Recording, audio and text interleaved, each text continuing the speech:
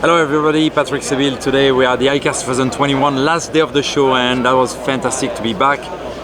Feel the life around us and see so many friends and see that the things are going back a little bit, not fully, but a little bit to normal. And that's a good opportunity to introduce one of my new bait with one of my newest innovation that I really was dearly thinking about for a number of years.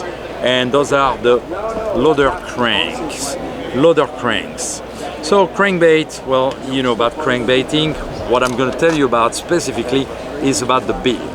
Bills actually are that more or less flat area in front of lure that when we retrieve on the lure, the water push here and deflect, and that's what creates the swing motion of any lure that have a bill. Now, this said, despite the volume of the body itself, the bill is extremely important because not only that's what deflect and give the action, but also the side of the lip is what help you to have a good, a medium or not so good action. Actually, the thinner the bill, the better the action. Problem is, the thinner the bill, the more risk you have that the bill may break. When you have a thicker bill, now you have something much stronger, but the action is not that good unless you go in those big bills and troll fast. Well, we're talking about bass lure here. So I came with this idea several years ago of having a stainless steel bill that was anchored in two places in the lure. So this way, I have a very thin bill, so the water can flow. There's no loss of energy, there's no resistance sideways, but at the same time, because it's anchored in two places, it's still pretty strong.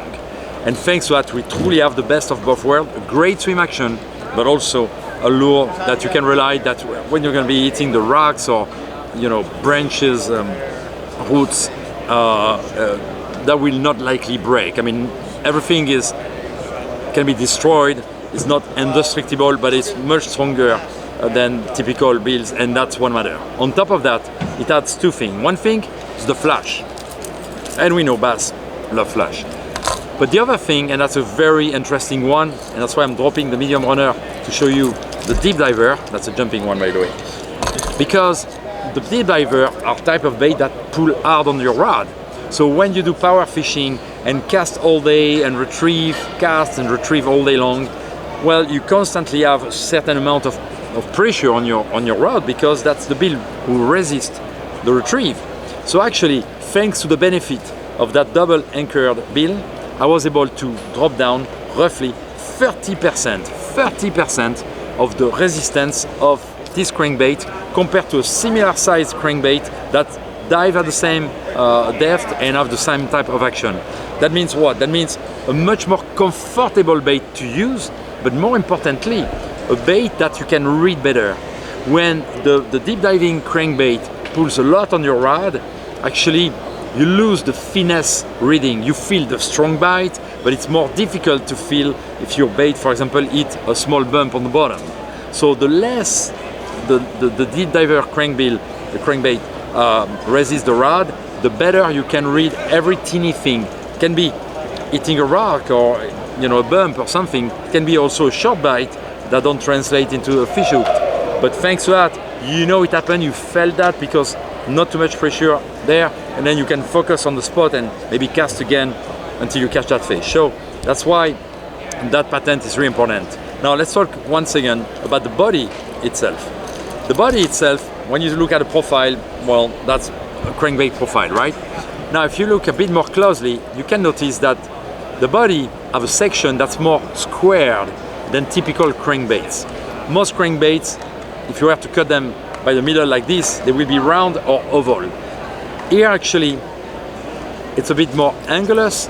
Thanks to that, I was able to roughly add 15% more volume to the bait.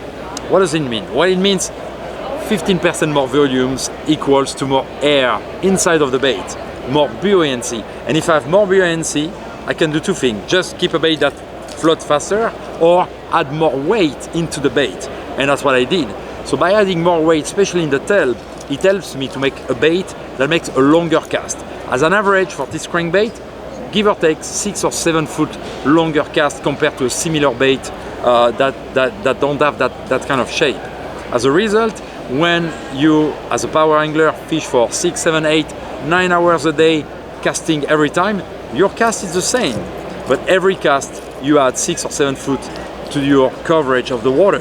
By the end of the day, you can add half a mile, maybe up to a mile of distance more of water covered more. And of course, the more you cover water, the more you cross path with bass, well, the more you might be successful in catching fish. So this is the Loader Crank from Engage, one of our new products for 2021, and I was here at the iCast 2021.